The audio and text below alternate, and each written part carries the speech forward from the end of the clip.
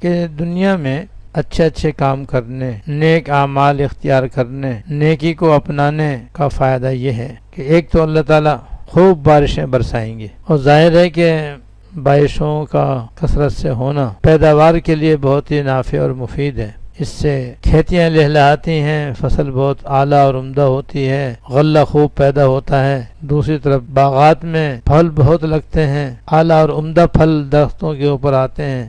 اس طرح پھلوں کا کثرت سے پیدا ہونا اور بہت ہی عمدہ اور اعلیٰ پیدا ہونا، فصلوں کا زیادہ سے زیادہ بہتر اور اعلیٰ اور عمدہ ہونا، اور اس کے نتیجے میں زیادہ سے زیادہ غلہ پیدا ہونا، گندم، چاول، جو، مکئی، جوار، باجرہ، دالیں بکثرت پیدا ہونا دنیا کے اندر خوشحالی کا باعث۔ اس سے انسانوں کی معیشت مضبوط ہوتی ہے، لوگوں کو بڑے روزگار میسر آتے ہیں، لاکھوں کروڑوں کا کاروبار ہوتا ہے، اور جہاں یہ نعمت ہوتی ہے وہاں پر خوشحالی پیدا ہوتی ہے، غربت ختم ہو جاتی ہے، بدحالی کا خاتمہ ہو جاتا ہے، قحط سالی جاتی رہتی ہے، اور ساتھ ساتھ مہنگائی ختم ہو جاتی ہے۔ اور یہ فائدہ ہے نیک کام کرنے کا، نیک کام کرنے کا یہ فائدہ ہے۔ اسی طرح استغفار کرنے کا، اللہ تعالیٰ سے اپنے گناہوں کی معافی مانگنے کا ایک فائدہ یہ بھی ہے کہ اللہ تعالیٰ اس کی وجہ سے مال و اولاد میں برکت عطا فرماتے ہیں، یعنی لوگوں کے پاس مال بہت ہو جائے گا،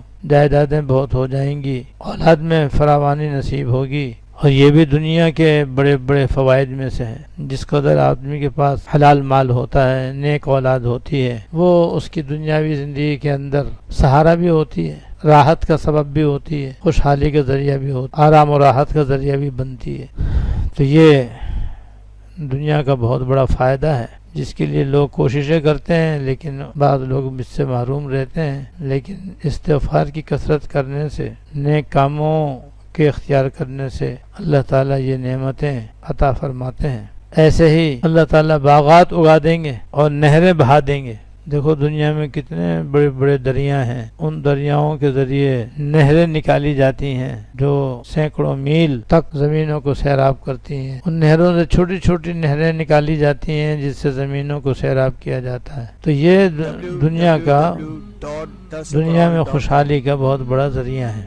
آج کل دیکھ لو کہ ہمارے سندھ میں پانی کی کس قدر قلت ہے، دریاؤں میں پانی نہیں ہے، حالانکہ گرمیوں کے موسم میں دریا پانی سے بھر جاتے ہیں، بعض دفعہ سیلاب تک بھی آ جاتا ہے۔ اب دریا ہمارے خشک پڑے ہوئے ہیں، نہروں میں پانی نہیں ہے، جس کے نتیجے میں زمینیں خشک پڑی ہیں، قحط سالی کا خطرہ ہے۔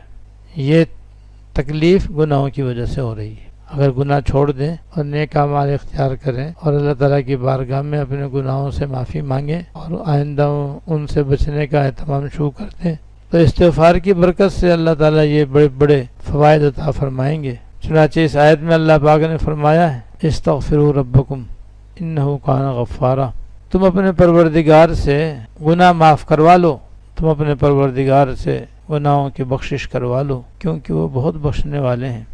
جب تم ایسا کرو گے تو اللہ تعالیٰ تم پر موسلادھار بارشیں بھیج دیں گے، وَيُمْدِدْكُمْ بِأَمْوَالٍ وَبَنِينَ، اور تمہارے مال اور تمہاری اولاد میں اضافہ فرما دیں گے، وَيَجْعَلْ لَكُمْ جَنَّاتٍ وَيَجْعَلْ لَكُمْ أَنْهَارًا، اور تمہارے لیے باغ لگا دیں گے اور تمہارے لیے نہریں مقرر یعنی نہریں بنا دیں گے اور ان کے اندر پانی بہا دیں گے، جس سے تمہاری زمینیں سیراب ہوں گی اور ان سے تمہارے لیے خوب پیداوار ہوگی جو دنیا میں تمہارے لیے خوشحالی کا باعث ہوگی۔ تو اس فصل میں حضرت تھانی رحمۃ اللہ علیہ نے اس آیت کو ذکر کر کے فرمایا ہے کہ دیکھو نیک کام کرنے سے، اللہ تعالیٰ کی تابعداری اختیار کرنے سے، فرما برداری کرنے سے بارشیں ہوتی ہیں، مال بڑھتا ہے، اولاد ہوتی ہے، باغوں میں پھل لگتے ہیں، نہروں کے اندر پانی بڑھ جاتا ہے۔ جب یہ نیک کام کا اور نیک اعمال کا، توبہ استغفار کا یہ فائدہ ہے تو پھر ضرور حاصل کرنا چاہیے۔ بہرحال یہ بھی دنیا کا بہت بڑا فائدہ ہے۔ اللہ تعالی ہمیں اپنی اطاعت نصیب فرمائے، اپنی عبادت کی توفیق دے، اور اس کے جو دنیاوی فوائد ہیں ہم اس کے بھی محتاج ہیں وہ بھی عطا فرمائے، اور آخرت کا جو ثواب ہے وہ اس کے بھی ہم محتاج ہیں، اللہ تعالیٰ وہ بھی عطا فرمائے۔